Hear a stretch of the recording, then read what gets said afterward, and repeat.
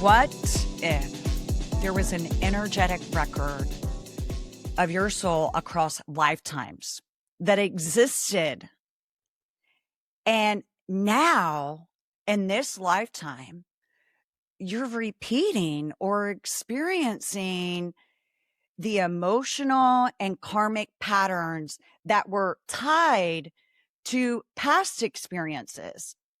And you find yourself in experiences and you're like, how the hell did I get here? Well, today, the person that I have on here, you guys know I don't believe in coincidences. I believe life takes me exactly where I'm meant to be. I always meet the people that are for my highest good and meant to teach me, show me something, remind me something. This podcast is all about remembrance because we know everything within. We just have to remember. Our soul knows all of this, but we have to remember. And that's what we're going to do today, because today we're going to talk about how everything that we're maybe experiencing, the contrast, the uncomfortableness, are actually lessons and experiences that are in our energetic field. And this lifetime, we're here to clear that karmic record, clear that energy, and understand that lesson. And along with that, you guys, we're going to dive into so much more, because this guy, this amazing, beautiful soul that is blessing us today, before we even started, he started talking to me and I was like, no, this is going to be so good. They have to hear this. They have to hear this. So my guest today is Horus-Poraz. He's a spiritual teacher. He's a ceremonialist, sound healer. You guys know I love sound healing, multidisciplinarian artist, the founder of the House of Horus, a digital and in-person platform blending ancestral knowledge, ritual, and creative activation to support personal and collective transformation. You get that collective transformation. His work, which I have chills right now, weaves Egyptian cosmology, which on this podcast we haven't touched yet, but I fucking love Egyptian cosmology. Like that's kind of like the beginning of all of it. The Akashic Records, which we're going to really talk about that, sound and movement through ceremonial spaces and one-on-one mentorships, guiding individuals through periods of growth and deepening their practice to their soul self. Horus, my dear now friend, thank you so much for being a yes person. When I reached out to you on Instagram, our dear friend that we have in common posted on her Instagram how she just received such an amazing experience with you. And I was like, hey, do you want to be on my podcast? And you were like, yes. And so I really acknowledge people that say yes to life and opportunity. So thank you so much for saying yes to me. And thank you for being here with me and sharing your knowledge with all of our listeners. Yeah, of course. Wow, what a beautiful and warm welcome. I feel already so lit up with that intro. Thank you for entering me into this etheric temple that is your podcast. You can really feel like, all that's come before this, all of the previous episodes. And like I feel the energy of them behind me. And what I'm sharing today is just adding another layer to it. I always talk about like energetic lasagna, like we're always stacking things up on top of each other, and it makes people laugh and it makes people a little hungry too. So I always like to talk about that. And I don't really even like lasagna, but I think I would like an energetic lasagna. So Yes. that sounds really delicious to me. And I I need to know your story. And that is what made me hit record is that I find that you are so multidimensional and I want to know how'd you get there? What has your journey been like? So take us on it. Wow, what a beautiful journey it's been. Um, and before we hit record, something that I was talking about is that in a lot of times we think that in this physical reality, this physical life, we have to start at zero. And something one of my teachers told me that has stayed with me is like when we incarnate into this current timeline, we come in with muscles, we come in with all that we learned before. But the beautiful thing is, secret, we also come with the beautiful gifts of our ancestral line. So, yes, our soul is evolving, but also the vessel has been evolving and preparing itself ancestrally for you to enter it. And that's why it's so beautiful when we hear about people's birth stories and we sit in circle and we share that, which is such a powerful experience because we're able to see how many things had to come into place for you to be a soul in a body at this current moment. You have millions of organisms and bacterias and all of these different workhouse cells and all the things that are making sure that you can be a soul in a body. Wow. It's wild. So I want to start there at the beginning as an amoeba. Yeah. And now into this current moment, it has been really beautiful. I feel that a lot of the things that happened before my quote unquote spiritual awakening were already spiritual awakenings in a sense. But I'll Yeah, start they around were. the pandemic. hmm During the pandemic, I got laid off and I had so much free time. I could do whatever I want because I was getting unemployment checks like many people here in the US. And I was like, okay, I want to really explore the things that I have been wanting to explore. You know, when I was in high school, I had a YouTube channel and it went viral in like 2010, which is wild because nothing went viral in 2010, really. This was like the beginning of YouTube. And I just like went viral one day and got like 12,000 subscribers on my YouTube channel. And I was like, whoa, all these people are viewing me. I must have something special. And that was the first time that I saw myself in that light.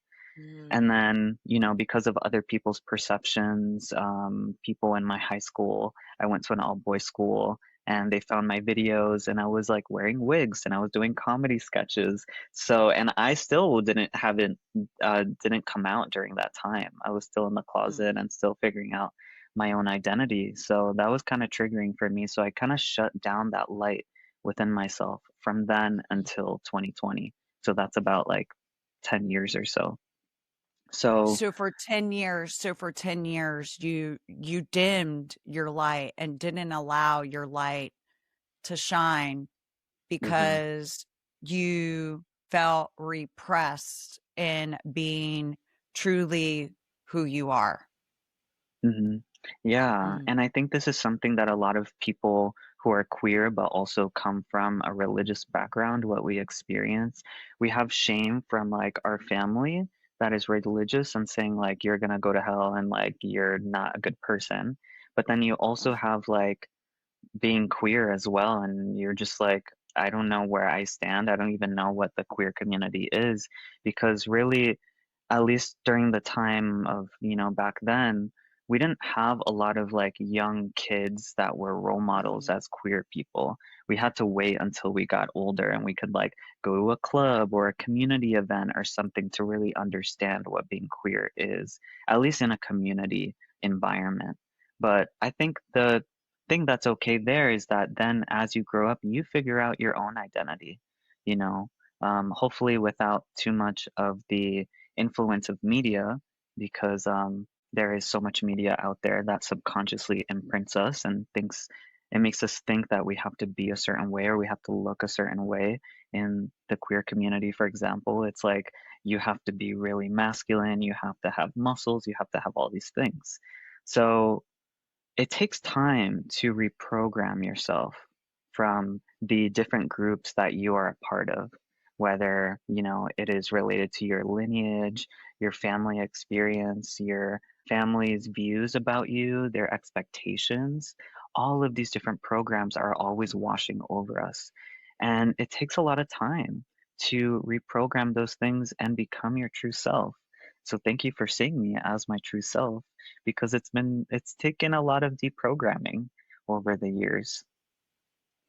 Well, I was telling my son today, who is gay, that because I listened to one of your episodes and you guys were talking about how it was hard for you to fully be yourself at a younger age, and that I never want him to not fucking be himself. And there is something so beautiful, though, I personally feel, is that you shining your light and fully being authentic to your soul self allows other people to shine their light and be fully in them own self. You are a role model, whether it be sexual orientation or however you want to.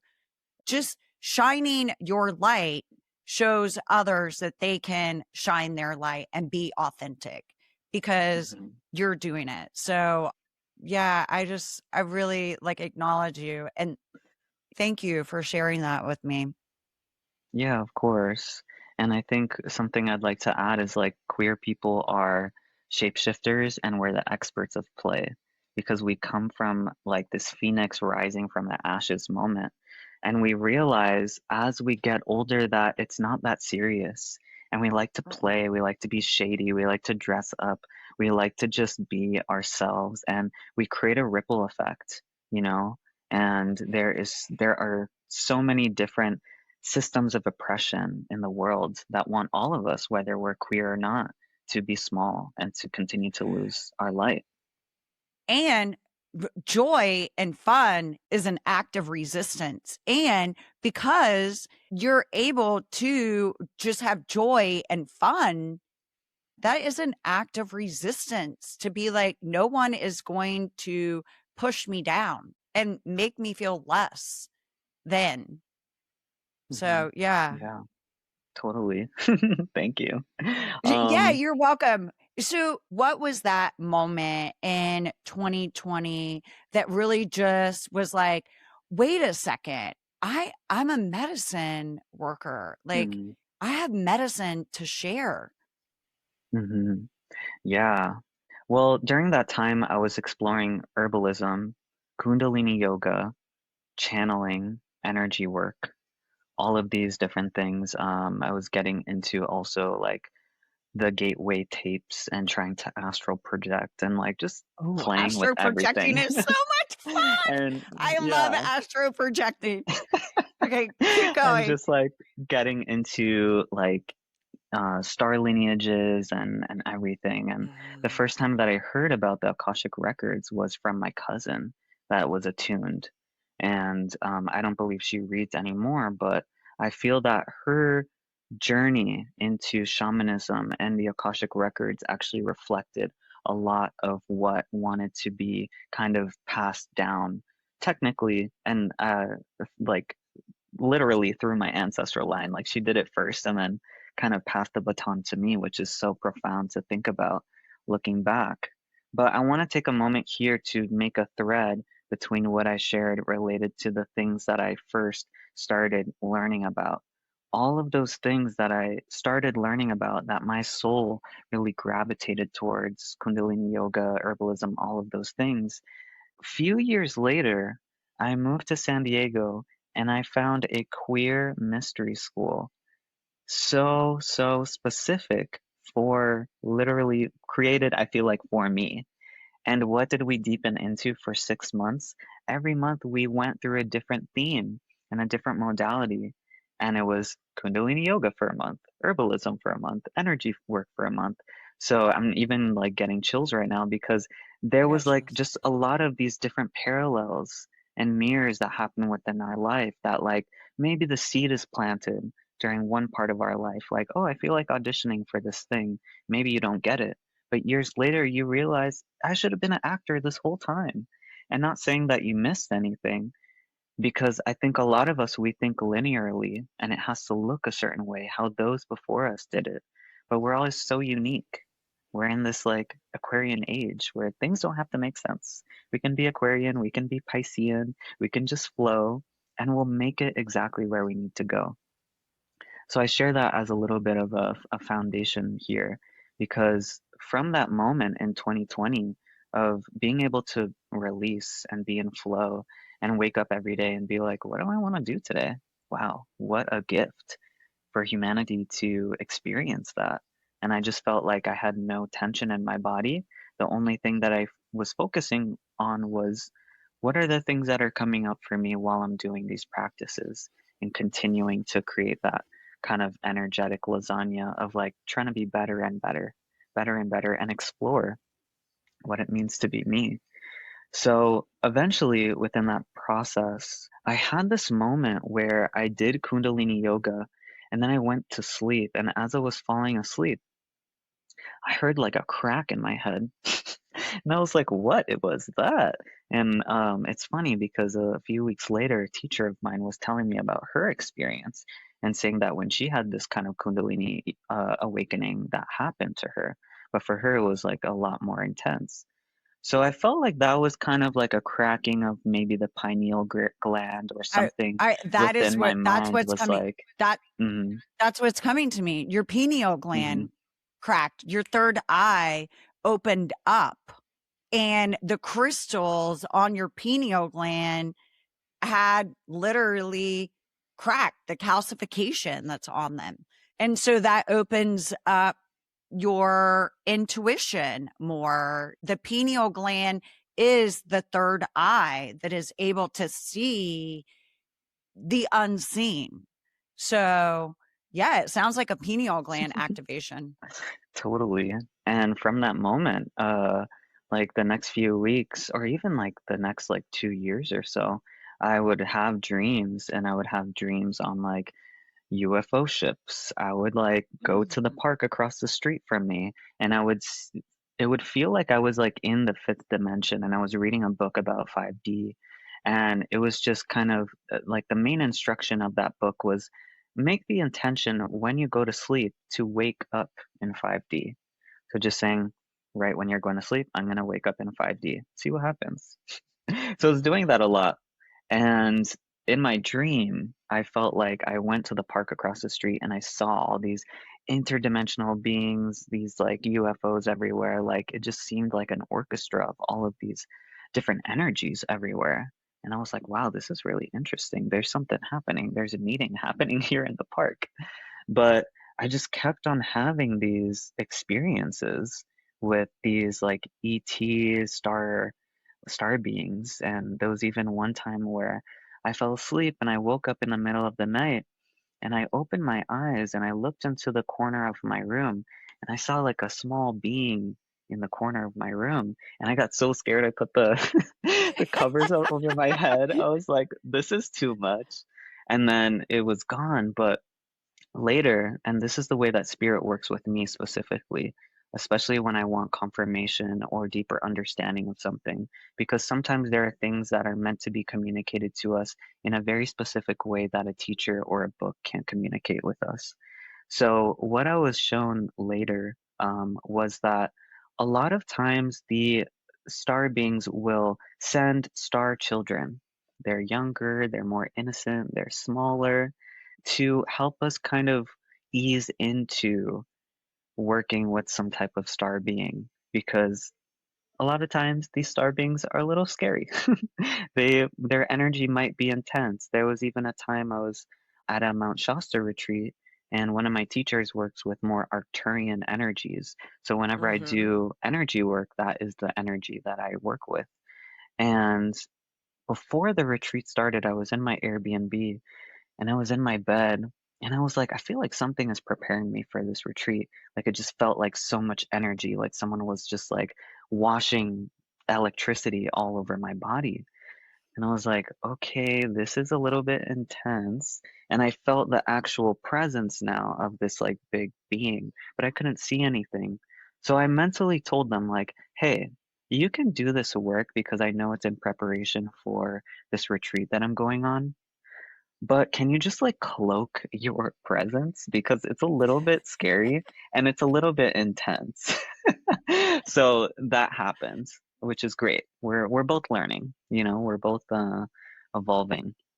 And something I want to share here before you share any reflections is that a lot of times when we think about higher dimensional beings, angels, star beings, part of their evolution and their homework here on the planet is to help us, to help guide us. They're Mhm. learning how to be good teachers, and through that, they then get to evolve. It's not like these higher beings are just like so generous that they're like, yeah, here's all the energy, here's all the things. They understand the interconnected web that we're all on. And they know that if they help us, that things will create a ripple. Yes, they'll be able to evolve, but also they'll be able to have a deeper relationship with us and really co create this beautiful world that I know we all want to live in. So, yeah, thanks for listening. Oh my God, are you serious? You're like turning me on. I'm like, my energy is just like, woo, amazing. Not right now, but you're going to tell me what retreat you went to in Mount Shasta. I went to Mount Shasta once and I was like, I got to go to sleep. And the reason why I felt that is because the person that I was with, I couldn't hold their energy too. I have a tendency to hold people's energy, but I couldn't do that there. And so whenever I got to Mount Shasta, I was like, I got to go to fucking sleep. I can't. And then the next day, I was like, I got to get out of here. I can't do this. It's too much energetically for me. But let's dive into Akashic Records. While I believe in Akashic Records, not everyone knows what they are. And when you say Akashic Records, you're like, what the hell is that? So, what is the Akashic Records? And your belief. And I also believe that no one is wrong and no one may necessarily be right, so there's no right or wrong. It is all up for interpretation. But what is the Akashic Records for you? Wow. Yeah, it's a juicy question. And it's funny, I was reflecting the other day and I was like, I've never had a Akashic Records reading from somebody as a Hmm. practitioner. So I'm like, maybe it's the year of doing that. But I think it's also because I really want to make sure that my own point of view is prioritized. I'm not listening to Usually, I'm not ever listening to any other channelers or any other Akashic Records readers or anything like that because I want to be super, super integrous and clean with my process. And that's just me. But for me, I see the Akashic Records, and here's me spilling the tea. Um, the Akashic Records, a lot of people see as somewhere outside of us. It's actually within us. It is within our blood. Within our DNA. It is within our spine. If you imagine the spine as the roadway of sending and receiving messages and, to the brain, so there is a ancient railway there in a sense. Your spine is not just your spine, it is the spine of your ancestors. So there's a lot of information in the spine. Whoa. And you think about the kundalini and how that snake rises, how that kundalini energy moves up, but also the way that it moves down too, and how the energy cycles. There's a lot of deep information in the body. And within the spiritual community, a lot of us will graduate from thinking that being psychic is leaving the body. Once you get to a certain moment in your journey, you realize that it's actually going deeper into the body. So as I'm reading other people, I will ask for their name, their birthday, and their birth time, similar to an astrology reading. But it's so that we can really pinpoint where in time are you. Part of that process, I'm not kind of energetically reading someone's body. I'm kind of seeing them more multidimensionally, but also including their body too and what's happening currently in that moment. Because a lot of people will come in that are pregnant And that's been really cool to interface with a soul that is growing within their body and have a conversation. Whoa, what an honor. I've only done Yeah. that a few times. But also to be able to have people who come in with like chronic illnesses and be like, what's happening? These certain things that come through that are very, very specific questions of why is this certain thing happening sometimes will get me a little bit in my head because whatever you say, they're going to hang on to. That's going to be part of Mhm. their reality now. So as a reader, you have a lot of responsibility in how you help co-shape the future of somebody's life. So it's a very big responsibility. So I just want to put that there before I continue. But I would say that the Akashic Records are a place where each of us has a key card, and that key card will give us access to specific rooms in the cosmic library, quote unquote. There are certain people that I can get very, very galactic with. Other people's, it's very, maybe more tribal. Maybe it's more about this current life before we go to the future, before we go to the past, before we go into star lineages. It's like we need to start here in the present moment. And it really depends on the person's intention and what questions that they prepare. They are the ones that are guiding the reading. It's not just me talking for an hour. It's more about understanding how does this land? What I just shared, do you want to deepen into? Or do you want to go straight into other questions that you prepared? So as we're moving through the Akashic Records, it's always something co-creative and really just wanting to be as helpful as possible because I've been doing this for a few years. So really, if there's any information that you want to know, like I can explore it. I'm pretty confident that I can share something that resonates. But it's making sure that will that actually be beneficial for that person and making sure that we're both kind of feeling into it as we go through. Because the first 30 minutes is actually more about getting the pieces of the puzzle. And then the next 30 minutes is about weaving the story together. And it's like, oh, you incarnated here, and then you went here, then you met this person, then you got this gift. For this grander mission that your soul is on, it's really seeing everything from a bird's eye view and seeing all of these lives connected, not separately, and how what you're going through now is actually related to what you were going through in a past life too. So, how do we clear Akashic records? Mm. Yeah, that's something that comes up, people wanting to come in and rewrite their records or clear specific things. That is something that I don't necessarily instruct. Even sometimes people will be like, "Can I just accelerate this thing?" There is a practice where, interesting that my intuition is going here. Okay, so there's a practice called the spin technique. So this is a practice that the audience can do, which is going to be super Mhm, beneficial. The spin mhm. technique will help energize thought forms or energize things that we're trying to manifest. So, and you can even use it on a quantum level. If you don't have a specific intention, you can just kind of keep it open. And what the spin technique does, it really like adds fuel to the fire. So let's say you're trying to manifest a specific job. You'll mentally say, what is the spin related to this job? And maybe sometimes people will feel buzzing or some type of spin. Once that spin comes through, you'll say, I want to accelerate that spin maximally. So now the spin gets even faster. And then you'll say, I want to set it permanently and then release it. So the spin will lock itself in time, spin, and then release. So a lot of times when we work with sigils, it's very similar. You create the sigil and you forget about it. It's not about like consciously trying to micromanage the universe.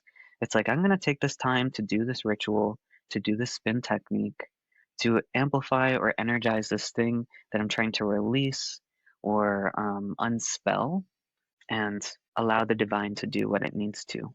So, the spin technique that I kind of know, very similar, is it has a direction though, Hmm. because to spin out of you, at least from my experience, you want to go counterclockwise. Now, mind you, you don't want to just do this, just like do it without grounding your feet on the floor and anchoring in to activate into your soul blueprint temple. And then you spin out counterclockwise that which you want to clear, the pattern that you want to clear, and then you replace it with the energetics that you want to bring in. But it's a fascinating technique, isn't it? Yeah. Yeah, no, I love that. Like what you added too. It's like releasing and then bringing back in, you know. I think that's something that we forget sometimes within the spiritual community, that whenever we're releasing something, we want to make sure that we're like bringing ourselves back into balance and replenishing ourselves too. So thanks for Yeah. that reminder. Yeah, you're welcome. Hey, let's talk about ancestral healing. I listened to those 2 episodes and you were talking about how you lived on a farm for a couple years and you started learning about ancestral healing. Talk to me about ancestral healing. Wow. It's you know, there's a process that happens because as a reader, people will ask me questions and then I'll feel an energy and I receive like a zip file. And then now as I speak, it becomes uncompressed and I'm like, Mhm. uh, you know, I'm unpacking everything.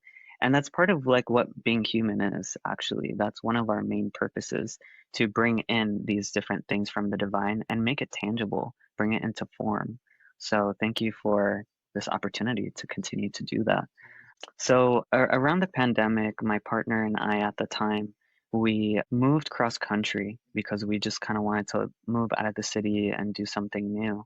And we lived on a farm that was like 220 acres. It was run by a 78-year-old Chinese woman that is like super strong. Her secret is like drinking water and licking salt so the water stays in your body. She's into urine therapy, like a lot of alternative medicine things that, you know, it works for her. And she's like managing a 200-acre farm as like an older person by herself. So she has like 200 animals. She has 2 gardens. And she was pretty much like, I can't really teach you much. You have to go onto the land and learn yourself. I love that because then it teaches you to attune yourself to nature, attune yourself to other living beings that can't communicate, and it helps to develop your sense of hearing and listening. And it also gets you off your phone because there's really not any service there. And it also attunes you to the cycle of life and death and the idea of, you know, having to sometimes slaughter animals so that you can stay Mm. alive. I know a lot of people, you know, in the world are vegan, and I partially would love to be vegan, but I just can't at this current moment. But something that was taught to me is that whenever you're eating meat, or really any life form in general, which is all of our food, just kind of apologizing and also giving reverence to the life and the energy that you're consuming, because it's going to become you, you know, it becomes new cells. It becomes part of you. So every time you eat something, it's now a part of your family, you know, The and energetics of seeing, it. Yeah. Yeah. mhm, and knowing that, you know, all life is our ancestry in a way. For a lot of plants, these come from minerals that come from the stars that traveled here from who knows where. Even a lot of the water here on the planet came through meteors and things hitting the earth over thousands of years. And these small little droplets, like, you know, entering the earth and creating oceans and all of these things. So, knowing that in that example, like our ancestry isn't just here, it traveled here from somewhere else. And knowing that the same thing within our DNA, we have all of these different strands of DNA. Some are dormant, some are alive, some more active in certain places with other people, you know. And there is a lot of like, yeah, there's a lot of information there. from star beings. But in terms of ancestral healing, the interesting thing about the Akashic Records is that we can take something that is a ancestral story and look at it and see how we can complete it. Because as people who are in heirs, that's the right word, heirs of your ancestral line, you are inheriting the good things and also the bad things, quote unquote, of your ancestral line, the gifts and the homework that your ancestors are like, hey, these are things that you should do in order to empower and uplift your ancestral line. And it's just part of being human. It's part of that reciprocity of receiving the good things from that line. So in this current life, a lot of times we might see that we keep on attracting the specific person or the specific experience, or our whole reality feels like it's just everything's not working. Why is it? And a lot of times it's because there are these ancestral stories that are within our field, or these things that the ancestors are wanting us to tend to that are maybe coming up as a toxic relationship or what it may be. But it's because there is a story that is from your mother, from your grandfather, whatever it may be, that wants to be nourished and taken care of and uplifted so that you, as an heir, and as a future ripple effect of them, you can be in full balance. So it's a hard experience because a lot of us don't know what ancestral healing is or the importance of it. But when we look at the world and all of these world leaders, they're all just like little kids having a temper tantrum. They're all trying to balance ancestral stories and ancestral dynamics. And a lot of times, it's two different tribes or two different lineages that have anciently come and like battled over thousands of years. And a lot of that is also within us, whether you're, mixed race or not, there are definitely two different lineages and stories that are fighting each other. Maybe it's your mother line and your father line are coming Right. together. But as an heir of that, maybe you're the one that has the antidote, the one that helps bring harmony, cosmic law, cosmic truth, ma'at in Egyptian cosmology, really brings all of that together in balance. Yeah, let's talk about Egyptian cosmology. I love how you just segued into that. So, for those that don't know, what is Egyptian cosmology and how can we work with that type of medicine? I mean, because all of it is medicine, right? Astrology, tarot, meditation, sound healing, all of it has a medicine quality to it. So, what's Egyptian cosmology? Yeah, what a great question. um, I see Egypt as and Africa as like the first chapter of humanity, or one of the first that we can Yeah. see in recorded history. So for me, my reason for really prioritizing Egyptian cosmology is really prioritizing the source of where a lot of these teachings come from. Egyptian cosmology, the word cosmology means, for me, the way that I interpret it is like how we understand the cosmos to come into being, the kind of birthing of the cosmos and the death of the cosmos, the grander story of our humanity. So within Egyptian cosmology, we have the 64 Neteru, and they're broken up into 8 families. And each family, for example, is like the family of air, the family of the primordials, the family of the underworld or the Duat. And each family, each person in that family, there's about 8 Neters or 8 Neteru in that family. And they're pretty much different cosmic forces that tell us of a specific story. For example, when we go into the story of the Duat, this is very important for this year, for 2026, because the collective is moving through the Duat. The Duat is where we go when we pass on, but it is a place where the soul will then get cleaned and washed through these different battles and experiences. So I say that because there's a lot of hard things happening in the world, and it feels like, excuse me, an initiation. It feels like we're going through all these battles and all of these hard things, moving through the underworld, moving in the dark, seeing scary things pop up, and we're being asked, what tools do you have to deal with this? And if you don't have the tools, go within. What's within you that can help you deal with this? And through that experience of being thrown in the fire and having to deal with it, we get to learn what it means to be resilient, which is the main quality of being a human. A lot of us might not feel resilient. Maybe take more risks, safe risks. But yeah, maybe really push yourself. If it feels uncomfortable to make a video talking, practice. You don't have to post it, just do it. Be in that uncomfortability until it feels comfortable. And going back to the duat, what the soul Wait, learns wait through a that. second. Were you just You're like, talking wait, to wait. me? I feel like you were just talking to me because I have no issue with doing the podcast. But then when it comes to like social media, I don't know, something within that, what you just said, really struck me. So thank you. Thank you. Of course. Yeah, something else I'll share is that, like, what the soul understands and experiences through that journey is that it had everything that it needed the whole time, you know? It was just these limiting beliefs or these fears that kept them from evolving. The soul kind of enters the duat as lead, and as it moves through this alchemical process, it becomes gold. And gold is related to the heart, and it is also related to the sun.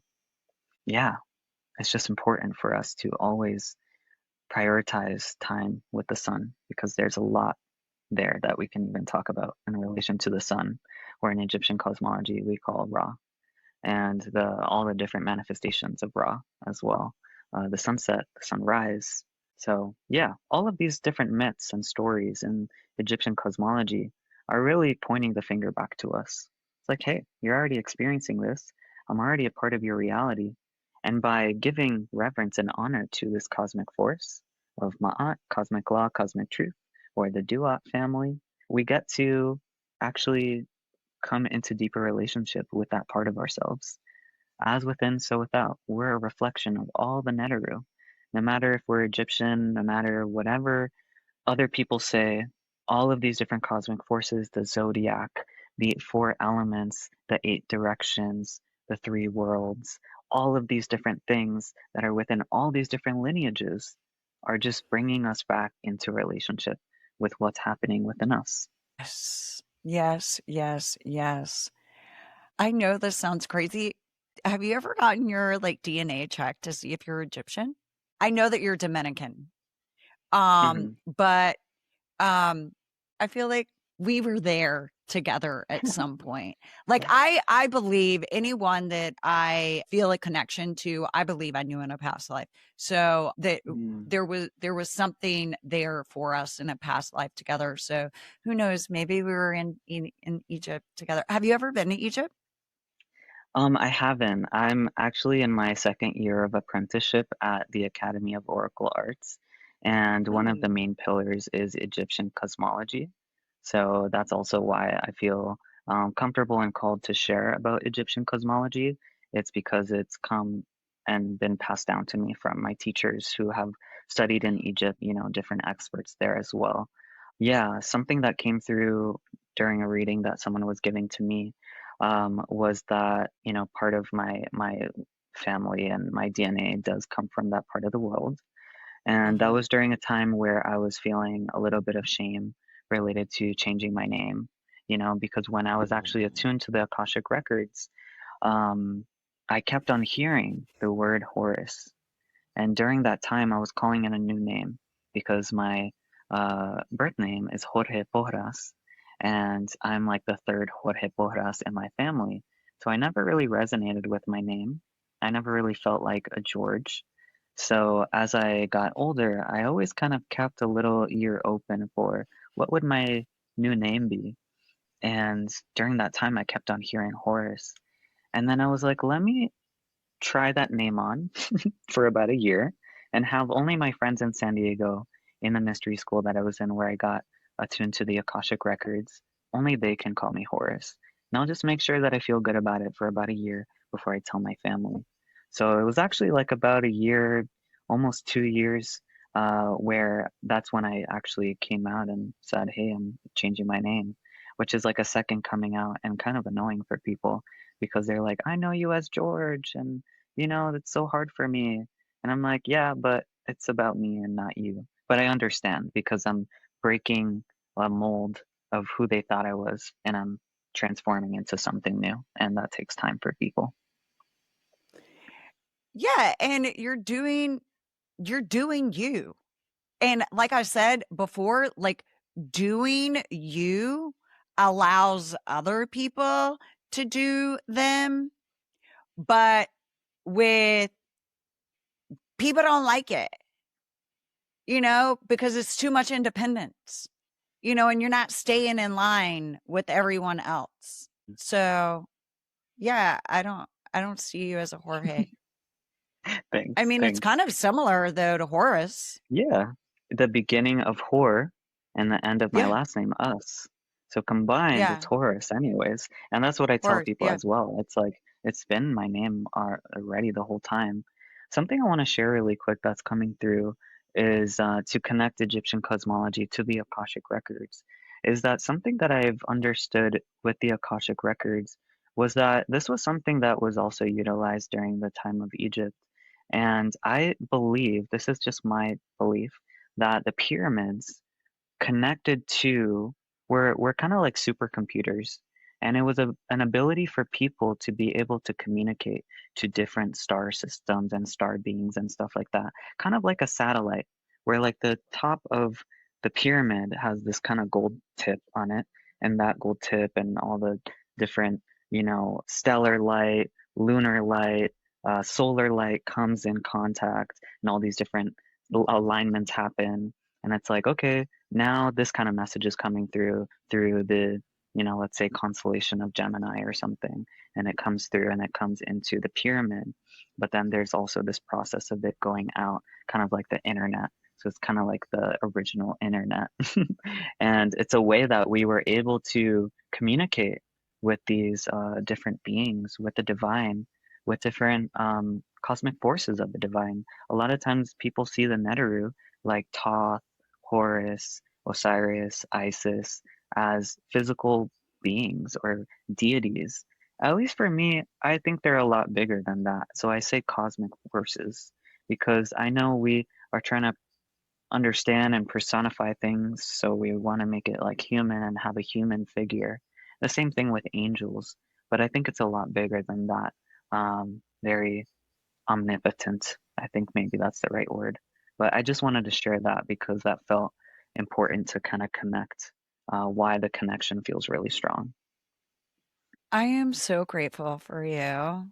Thank you so much for coming on here, sharing your knowledge, your guidance, your light, and allowing others to learn from you and not dimming your light because, people are uncomfortable with it or whatever. Like, I don't understand any of that shit anyways. Right? When anyone would fucking be uncomfortable with what someone else is doing. Like, I don't understand that.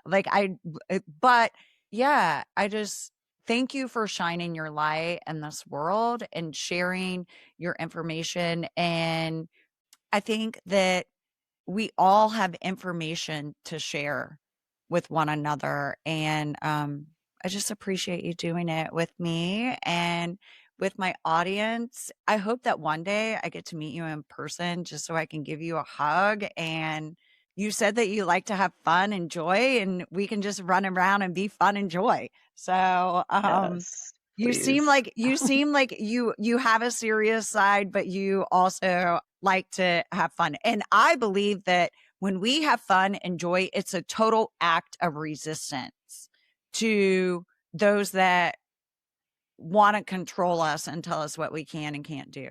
If you guys liked this episode, hit the like button, share it with someone that needs it. Follow Horus at houseofhorus.world. Connect with him, have him do a reading, have him work with you in whatever capacity that you may need. Tell everyone real fast how you do work with them.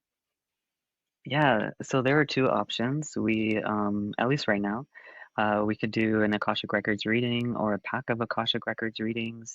For example, I've done readings through people's entire pregnancy, which is really cool.